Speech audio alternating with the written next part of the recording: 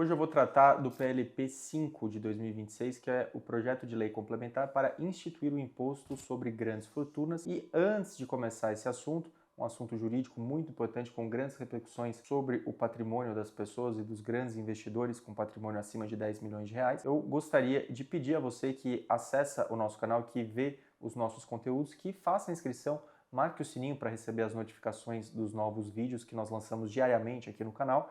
E não deixe também de me seguir nas demais redes, @RafaelAbismusa, para você acompanhar a nossa produção de conteúdo diária, sempre ligada a conteúdos jurídicos, econômicos, mercado financeiro ou algum outro assunto que seja ali do momento e que tenha uma repercussão econômica para a sua carteira de investimentos. Vamos nessa, vamos falar aqui do nosso vídeo. O vídeo hoje é sobre o Imposto de Grandes Fortunas, IGF, e é bom contextualizar isso. O IGF tem a previsão na Constituição Federal, mas a lei complementar que está prevista na Constituição nunca foi editada e a Constituição é de 88. O STF já pôde julgar o caso em ação direta de inconstitucionalidade por omissão, em que foi proposta para que o STF analisasse a omissão do Congresso Nacional em editar uma lei complementar nesse sentido, e o STF realmente entendeu que havia omissão e determinou ao Congresso Nacional que editasse essa lei complementar, e desde então há muita pressão de vários segmentos da sociedade que clamam por justiça tributária para que haja um imposto sobre grandes fortunas. E quando nós analisamos também pesquisas sobre o que a população pensa em relação à tributação de grandes fortunas, há uma ampla adesão da população brasileira a esse tipo de medida. E veja que interessante, hoje no Brasil, com 12 mil mais ou menos de renda mensal, a pessoa já está no 5% mais rico da população, o que mostra que o Brasil tem uma sociedade muito pobre e uma sociedade muito desigual. E por esse motivo há uma pressão muito grande para que haja a tributação de grandes fortunas. Esses são os argumentos de justiça, os argumentos sociais, problemas que nós temos na sociedade brasileira, mas eu também vou aproveitar nesse vídeo para fazer alguns esclarecimentos e consequências que podem advir da edição de um projeto de lei desse tipo que vá se converter numa lei complementar. Mas, basicamente, o que propõe esse projeto de lei? A tributação de patrimônios que sejam maiores do que 10 milhões de reais. Então, como é que ficaria esse escalonamento? Nós teríamos 3 faixas, vou pedir para o Pedro colocar aqui as 3 faixas, de pessoas que começam com 10 milhões de reais. Lembrando, 10 milhões de reais em ativos financeiros, conforme a instrução da CVM, é o valor a partir do qual a pessoa é considerada investidor profissional. Então, se a pessoa tiver mais de 10 milhões de reais investidos, essa pessoa já é considerada uma pessoa categorizada como investidora profissional. Então, a primeira faixa vai de 10 milhões a 100 milhões de reais. Nessa primeira faixa, a pessoa é tributada com 1% de alíquota, que será tributada anualmente. Eu já vou explicar os critérios de aferição patrimonial, mas essa alíquota ela é aplicada anualmente e tem que ser pago até abril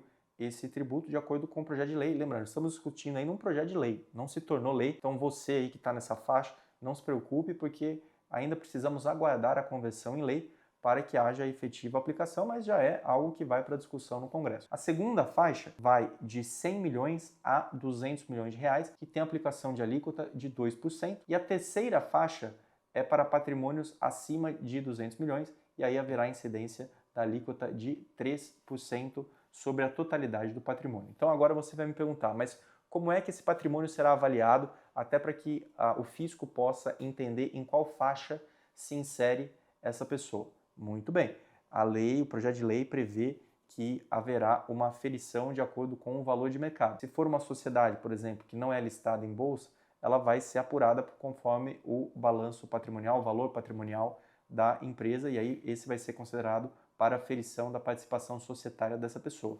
Se for uma ação listada em bolsa, é o valor da cotação da ação, o valor de mercado da ação, e isso gera grandes problemas. Eu já vou entrar nesses detalhes, vou só colocar, se for bens, joias, bens raros, né, obras de arte, tudo apreciação de valor de mercado, e vai exigir da pessoa uma apreciação com uma determinada frequência, uma periodicidade, para que haja uma avaliação de quanto valem esses bens, e demais bens seriam todos avaliados por avaliação, preço de mercado.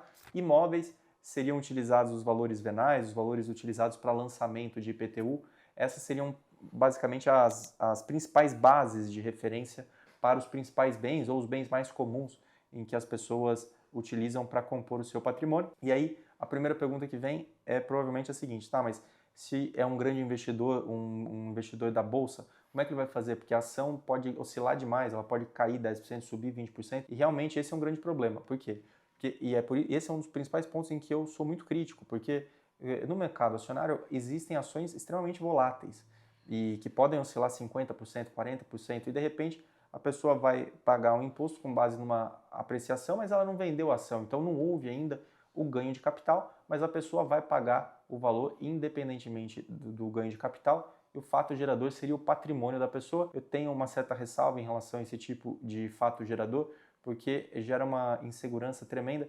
Foi feito um modelo muito similar, o mesmo método para as offshore opaca vão pagar também em cima da apreciação de mercado dos ativos. Não acredito que seja a melhor forma, acho que é uma forma que até pode desincentivar o investimento de longo prazo, mas são os critérios que têm sido utilizados para aferir o patrimônio e utilizar como base de cálculo. Então, a pessoa com patrimônio de 10 milhões vai ficar mais ou menos com 100 mil reais por ano.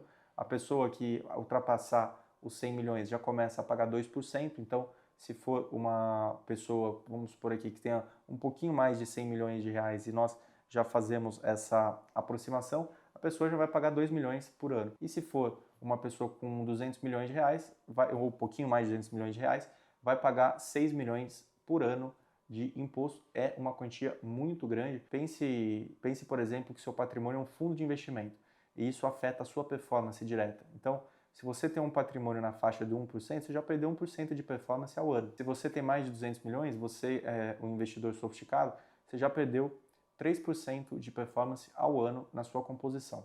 E aí isso casa com o outro fato que eu queria aglutinar nesse vídeo e demonstrar os problemas, as consequências desse tipo de medida. Nós tivemos em 2024 a saída de 800 milionários do Brasil.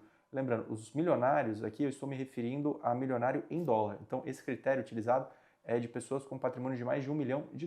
Nós tivemos a saída de 800 pessoas. Em 2025, nós tivemos a saída de 1.200 milionários. Isso leva mais ou menos a um total de 2 mil milionários em 2 anos.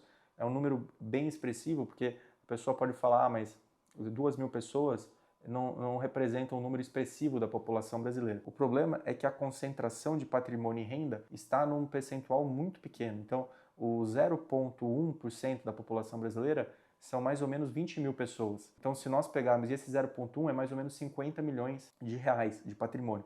Então, se nós pegarmos essas 20 mil pessoas mais ricas do Brasil e subtrairmos 2 mil, que é uma faixa ainda um pouco mais abaixo, é claro, de milionário, porque milionários em dólar seria em reais mais ou menos o equivalente a 5 milhões de reais aproximadamente, nós teríamos um percentual bastante significativo de riqueza saindo do país. E lembrando, o milionário foi o mínimo colocado, mas isso pode ser que tenha bilionário que tenha saído do Brasil e a gente não sabe, porque ele está num critério de milionário como um requisito mínimo para atender a essa segmentação que foi dada, mas 1.200 pessoas, pode ter bilionário também no meio desse grupo, pode ter milionário muito perto de bilhão, pode ter milionário de 500 milhões, a gente não sabe exatamente qual é a segmentação disso, mas é fato que do topo da pirâmide há um número expressivo de pessoas que têm saído do país, e com uma medida como essa, que é bem gravosa sobre o patrimônio, é bem possível que mais pessoas declarem domicílio fiscal em outros países para evitar esse tipo de tributação. E aí, claro, o projeto de lei prevê lá que se a pessoa tiver domicílio fiscal em outro país, mas o bem for sediado no Brasil, que teria que pagar mesmo assim. Então tem também todo um mecanismo de amarra sobre a tributação que eventualmente poderia levar as pessoas a liquidarem o patrimônio no Brasil para mandar todo o capital para fora. E uma coisa que eu já tenho falado e disse num outro vídeo, que foi até para o TikTok o vídeo, e deu uma repercussão interessante, um vídeo que eu falei sobre tributação de grandes fortunas, de uma matéria do Financial Times há alguns meses, que foi sobre um referendo na Suíça sobre a tributação de grandes fortunas, e naquele vídeo que eu fiz ali para o TikTok, eu falei que o problema desse tipo de medida legislativa é que a mobilidade de capital hoje é muito fácil e rápida. Então a pessoa consegue se desfazer dos ativos com certa rapidez e consegue mover esses ativos para paraísos fiscais ou países que não têm esse tipo de tributação ou que tem uma carga tributária muito menor. Então é bem possível que, caso haja a aprovação de uma lei como essa, a lei do IGF, que haja mais fuga de capital e mais desinteresse de brasileiros em permanecer no país com o intuito de atingir uma jurisdição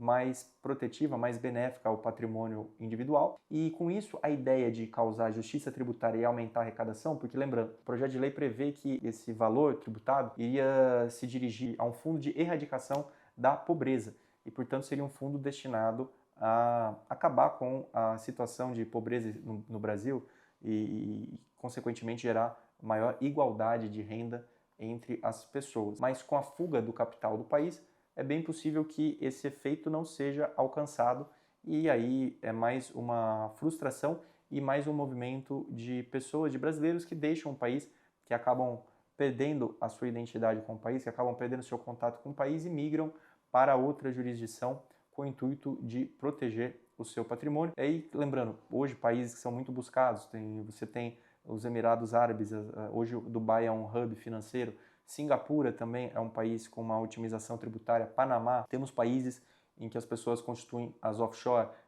no Caribe, então temos Ilhas Virgens Britânicas, Ilhas Caimã, são todos países que são visados por grandes investidores, sobretudo investidores do mercado financeiro, que buscam uma alocação de ativos que tenha uma sede e uma legislação muito benéfica. E aí eu me refiro a países que não têm tributação sobre ganho de capital, não tem aplicação de imposto de renda e demais tributos, como esse da tributação de grandes fortunas. Uma exceção que o projeto de lei faz é que os pagamentos de impostos sobre esses bens já feitos, os pagamentos, poderiam ser deduzidos da base de cálculo. Então, exemplo, se a pessoa tem uma casa, vamos supor que essa casa valha 10 milhões e ela já pagou IPTU. Então, ela poderia abater da base de cálculo do imposto o IPTU que já foi pago para tentar evitar a alegação de bis in idem, que poderia levar a uma alegação de inconstitucionalidade da lei pelo fato de que a base de cálculo utilizada já foi também utilizada para aplicação de outro tributo. Então, é um projeto de lei desenhado, realmente, vem em linha, mais ou menos, com o que outros países já vêm discutindo. Veja esse caso da Suíça que eu comentei, a França já teve essa discussão. Eu fiz um vídeo aqui para o canal há algumas semanas, eu vou pedir para o Pedro deixar o link do vídeo aqui, sobre a Califórnia, que, se eu não me engano, o título do vídeo era mais ou menos assim, que é a medida que a Califórnia tomou e as similaridades com o Brasil, era alguma coisa nesse sentido. E lá naquele vídeo eu falava da proposta da Califórnia de tributação dos bilionários. Aqui no Brasil, o sarrafo foi muito mais baixo, o sarrafo foi com 10 milhões de reais, 10 milhões de reais em dólar dá menos de 2 milhões de dólares. Então isso nos Estados Unidos, que é um país muito mais rico, não representa um percentual de riqueza no país, mas no Brasil, como é um país muito pobre, 10 milhões já acaba entrando numa segmentação de pessoas que estão no topo da pirâmide, nesse 1% da pirâmide de renda e de patrimônio no Brasil. Então esse é o projeto de lei que eu queria abordar. Expliquei os mecanismos, a base de cálculo, qual seria a alíquota, como isso seria aferido pelo fisco, quais são os impactos e consequências dessa tributação, a mobilidade de capital e a fuga de investidores e das pessoas físicas para outros países. E isso está também associado a um aumento de carga tributária como um todo no Brasil. Nós temos a reforma tributária, que instituiu o IBS e a CBS e vai levar a um aumento de carga tributária. Eu fiz um vídeo também sobre isso, tratando especificamente do Airbnb e do aumento da carga tributária sobre o Airbnb por ser considerado serviço de hospedagem. Eu vou pedir para o Pedro deixar o link aqui também deste vídeo. E tem um vídeo também sobre a migração de empresas para o Paraguai. Eu explico também a mudança dessas empresas para essa outra jurisdição, para outro país aqui, um país vizinho. Explico os motivos dessa mudança, os impactos disso também para a economia brasileira. Mais uma referência de vídeo. Então são assuntos que se conectam e isso é muito interessante porque com isso nós vamos fazendo uma biblioteca aqui no nosso canal de assuntos que são conexos e que podem interessar a você que é nosso espectador habitual. Esse é o vídeo de hoje. Espero que você tenha gostado. Um assunto muito relevante para grandes investidores, investidores profissionais, investidores globais, que são pessoas às quais eu me dirijo com muita frequência aqui no canal. Se você gostou desse vídeo, não deixe de dar o like, de curtir, para que esse vídeo alcance mais pessoas que tenham interesse similar ao seu. E não deixe de seguir o canal para receber as notificações dos novos vídeos que nós produzimos e me seguir nas demais redes, TikTok, LinkedIn, Instagram, estou em todas elas, no Spotify, @Rafael Abismusa, uma produção de conteúdo diária e semanalmente voltada para você.